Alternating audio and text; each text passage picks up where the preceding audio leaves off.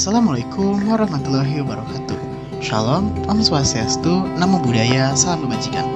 Halo semua, berjumpa lagi dengan saya Rian Juniawan di channel ini. Terima kasih kepada teman-teman semua yang telah bangkit dari rebahan dan memilih untuk sama-sama belajar melalui video ini. Baiklah, kali ini kita akan mempelajari materi mengenai norma dan keadilan. Ada salah satu pepatah dari Tanah Minang yang berbunyi, di mana bumi dipijak, di sana langit dijunjung. Pepatah ini menggambarkan bahwa kita memiliki kewajiban untuk menaati aturan atau hukum yang hidup di dalam masyarakat.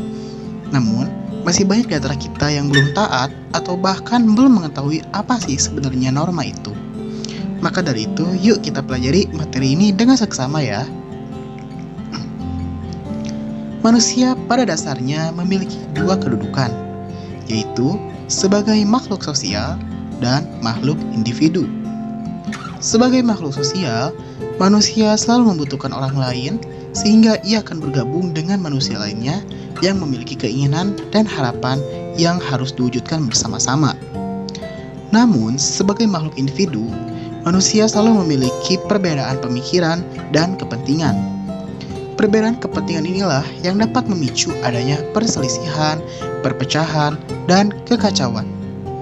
Untuk menghindari hal tersebut, diperlukan adanya norma.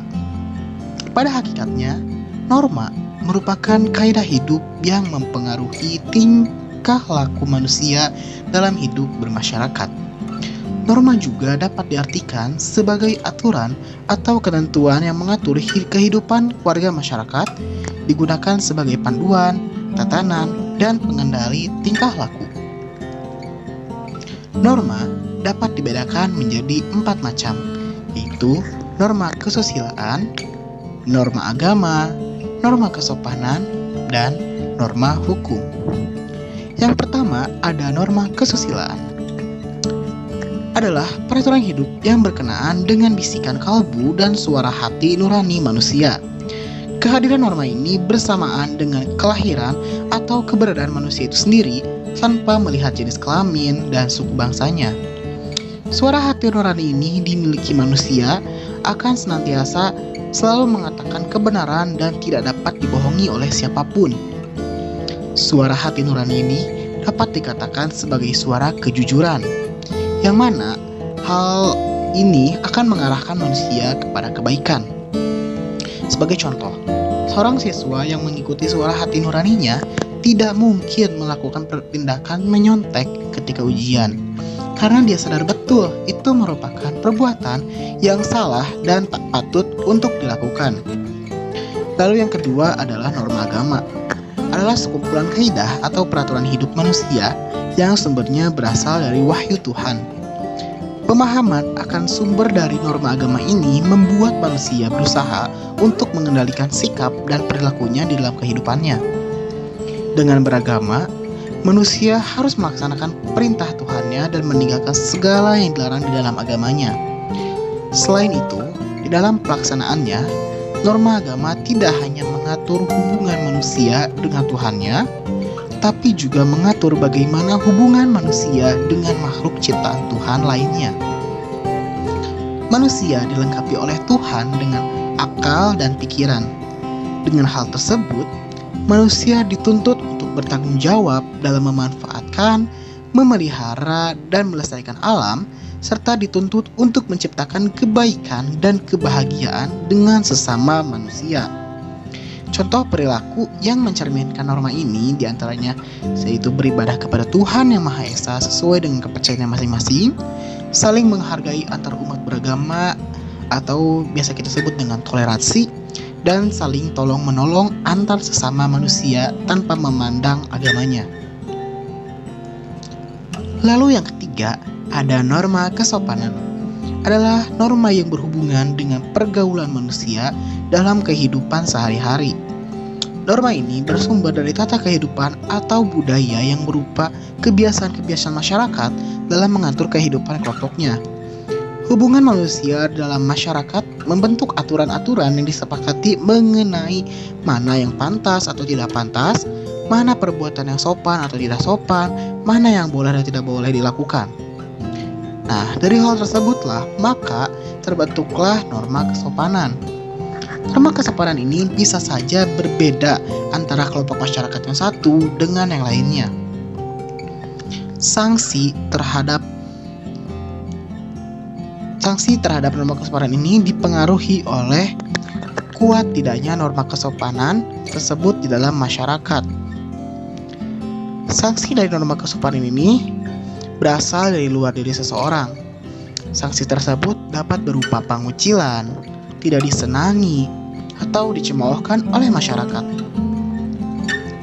Contohnya, seperti berjalan di depan orang yang lebih tua harus permisi terlebih dahulu, atau dalam masyarakat Sunda mengucapkan kata punten terlebih dahulu.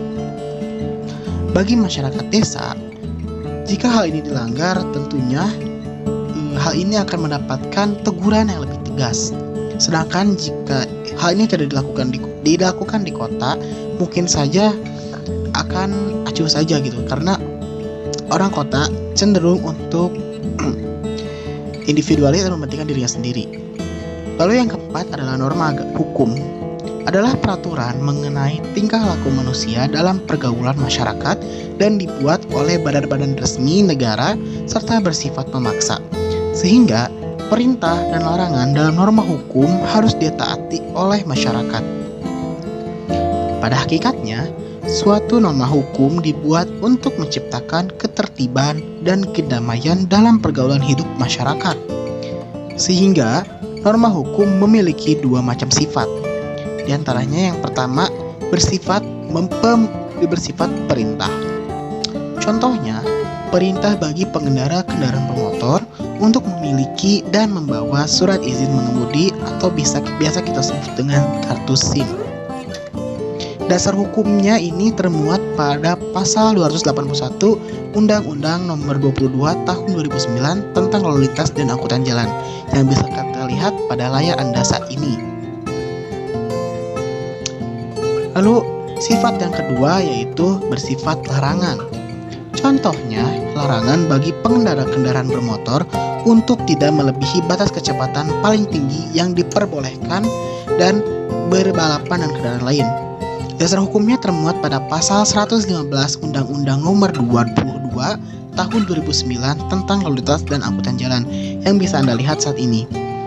Jika perlu, boleh di-pause dulu terlebih dahulu video ini.